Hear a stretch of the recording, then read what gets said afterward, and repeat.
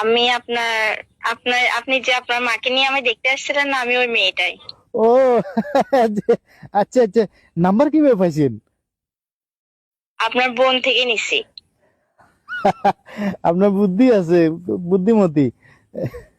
যাক, ভালো লাগলো ফোন দিছেন। কেমন আছেন আপনি? এই তো ভালো, আপনি কেমন আছেন? আছি আছি, আলহামদুলিল্লাহ ভালো আছি। আচ্ছা, আপনাকে একটা প্রশ্ন করতাম। হ্যাঁ হ্যাঁ, 100 বার 100 বার করেন। আপনার কেমন মেয়ে পছন্দ? আমার কেমন মেয়ে পছন্দ বলতে এই একটু জিগজ্যাগ টাইপের, একটু আধুনিক, একটু মডার্ন। এই ধরেন যে একটু জিন্স প্যান্ট পরে, এই তারপর মনে করেন যে এই গেঞ্জি গায়ে দেয়, তারপর এই চুলের বব কাটিং আছে, তারপর এই মানে এরকম একটু আধুনিক টাইপের আর কি। একটু মডার্ন টাইপের হইলে একটু ভালো লাগে আমার। আপনি একদম পারফেক্ট জায়গায় আসছেন। আপনি যেরকম মেয়ে চাইতেছেন আমি ওরকম মেয়ে। গ্রামে থাকলে কি হবে, আমি শহরের মেয়েদের মধ্যে চলাফেরা করি।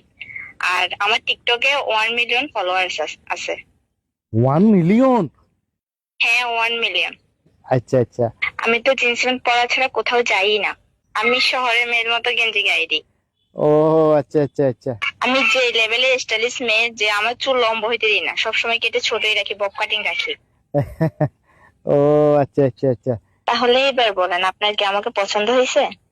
আরে বোন, আপনি জীবনে কোনোদিন শুনছিলেন নে যে কোনো ছেলে, কোনো পুরুষ, কোনো পাত্র বিয়ে করার লা বলি, এই যে সংসার করবে লা বলি, নিজে সারা জীবন কাটা দিবে লা বলি, হ্যাঁ, এই যে ডিজে মার্কা মাইয়া বিয়ে করব, স্টাইলিশ মাইয়া বিয়ে করব, আধুনিক মাইয়া বিয়ে করব, জিন্স প্যান্ট পরা মাইয়া, গেঞ্জি গায়ে দেওয়া মাইয়া, এই যে চুলের বব কাটিং মার্কা মাইয়া বিয়ে করব, হ্যাঁ, এই মাইয়া যদি বিয়ে করি আর সংসার থাকবে না, আমার জীবন তো তেনা তেনা হয়ে যাবে।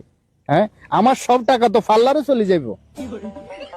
আমি সুন্দর করে কৌশলে যদি না বলতাম, আপনি এই সত্যটা বলতেন না, এটা বাইরে তুই না। ঠিক আছে, আল্লাহ হাফেজ। হ্যাঁ, প্লিজ আপনার আমার মতো কথা মাইয়ার শোনেন। সাথে আমার যায় না, বুঝছেন না? হ্যালো, আমি আপনার হলো সংসার করতে চাইতাম না, বুঝছেন না? আপনি আমার কথা শোনেন।